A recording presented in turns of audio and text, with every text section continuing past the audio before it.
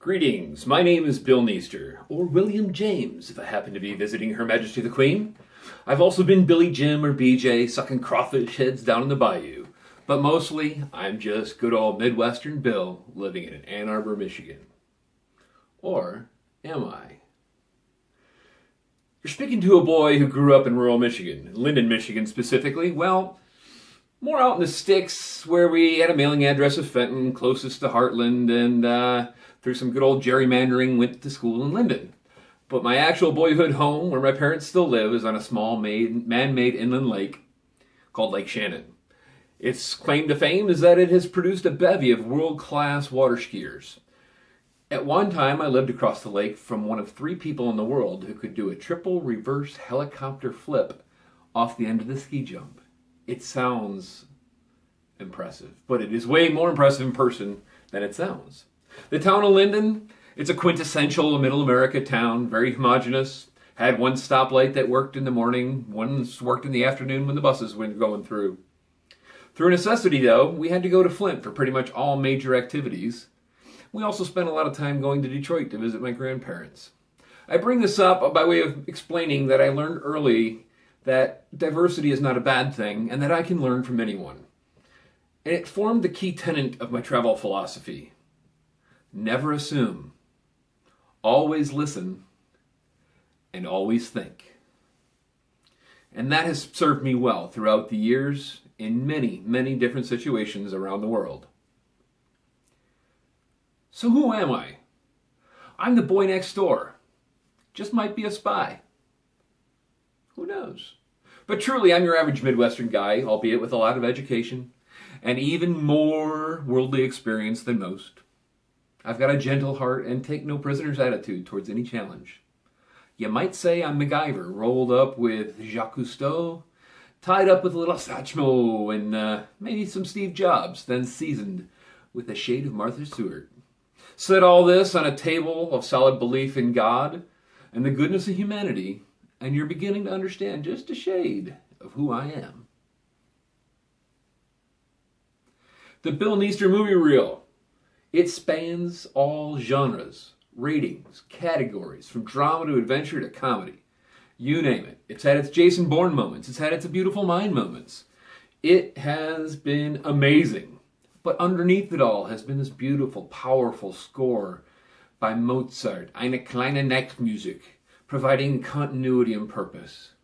Mostly I'm like a well-aged bottle of Barolo where the aging has taken off the edges of the tannins, enhanced the earthiness where it originally came from, and brought forth the fruity flavors that was meant to be there. The movie trailer scenes of this film would have me standing at base camp of Annapurna, the 10th largest mountain in the world, with a stunning Dutch blonde woman, or diving with great white sharks and bungee jumping 300 feet off a bridge in South Africa. As well, it'd find me racing sailboats across the Pacific and engineering emergency structures during a catastrophic rudder failure 1,000 miles from land.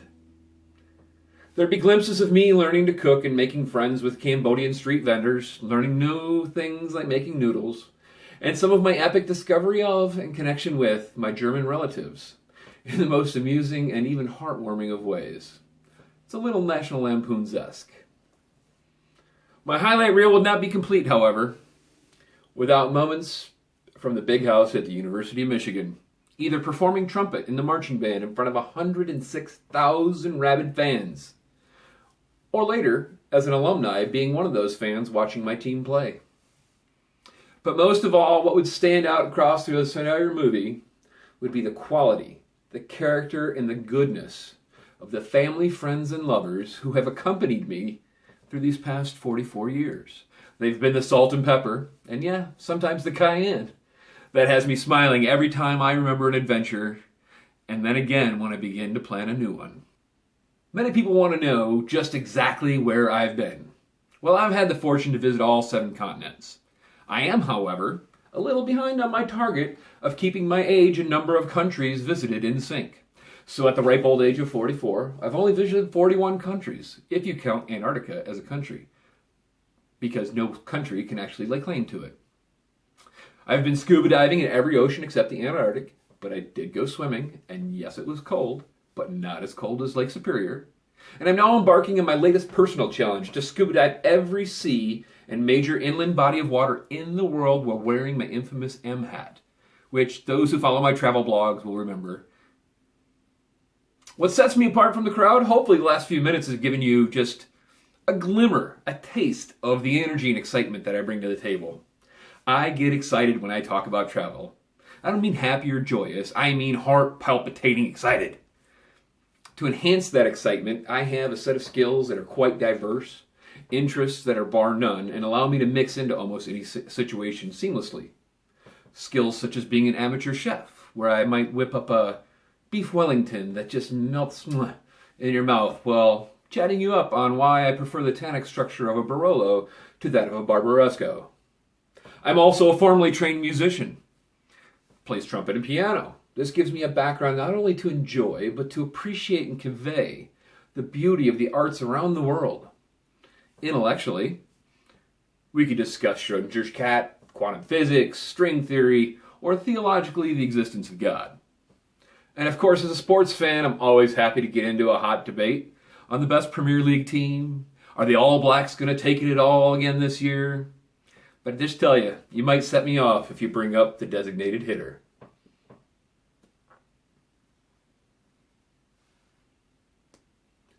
I've often been told that I have the most amazing brain sludge, those seemingly disconnected factoids, and that having me around is kind of like a Cliff's Notes to the book of the world around us. But I'm by no means a know-it-all. I'm wrong often, and I'm always striving to learn more and discover new perspectives, experience new connections, to try anything and fail, because failure, frankly, is fun. The key is to smile and laugh. Enjoy your new friends. Then, later, remember it over a glass of wine, maybe a beer, or perhaps that mysterious moonshine the Vietnamese ship's mechanic is bringing out of his cabin.